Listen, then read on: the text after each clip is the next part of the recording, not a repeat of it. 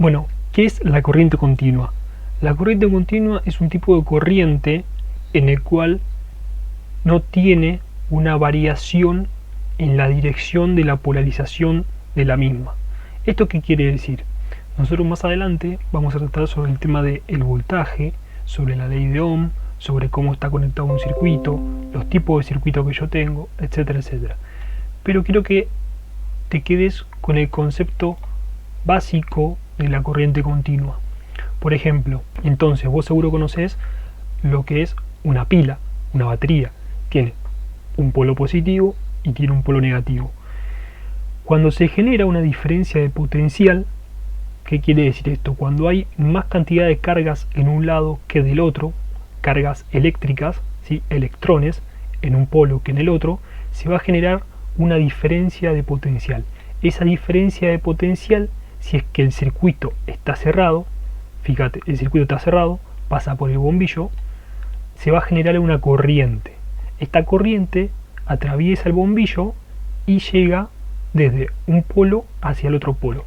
Fíjate acá, tenés un polo positivo y tenés un polo negativo, ¿sí? Entonces, si nosotros vemos otro ejemplo, vos fíjate, tenés la pila sale del polo positivo al negativo, se genera del positivo al negativo, sale del negativo y regresa al positivo. Acordate que siempre y cuando yo tengo un circuito cerrado. Entonces todas las cargas van a pasar por este circuito y van a regresar hacia este polo. Tenés diferentes tipos de ondas. Tenés la onda alterna, que vamos a tocarla en el próximo video, y la onda directa, la continua, esta roja que ves acá, ¿sí? La onda pulsátil es esta, y la variable, que tiene una distorsión mucho más grande. Te voy a dar un ejemplo sencillo. Por ejemplo, si vos pones televisión directamente al enchufe, al toma corriente, el toma, como le quieras llamar, el toma tiene 220 volts en alterna, ¿sí? 220 volts en alterna. Estos dispositivos electrónicos no están formados para poder recibir directamente 220 volts de alterna. Y para eso, entonces la corriente alterna, para poder llegar a tu dispositivo electrónico, tiene que pasar por una fuente que convierta la corriente eléctrica alterna a la corriente eléctrica continua, porque si no lo vas a quemar.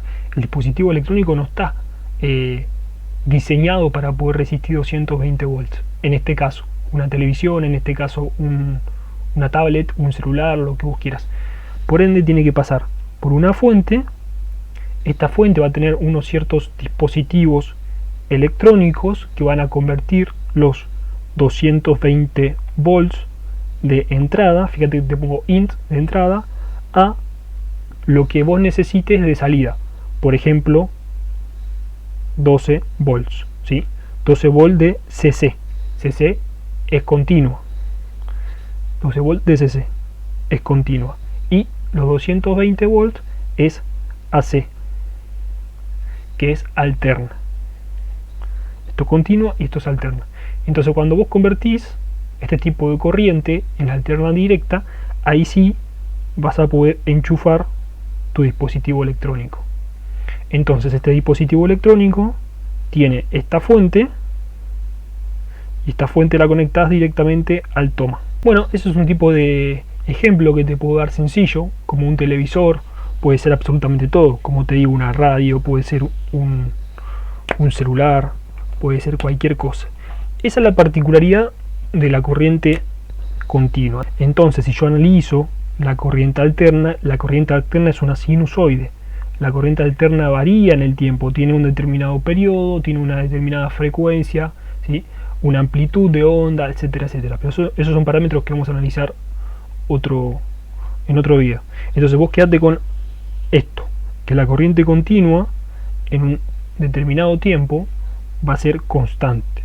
Vos le pongas 8 volts, le pongas 5 volts, le pongas el voltaje que vos quieras, pero siempre es constante.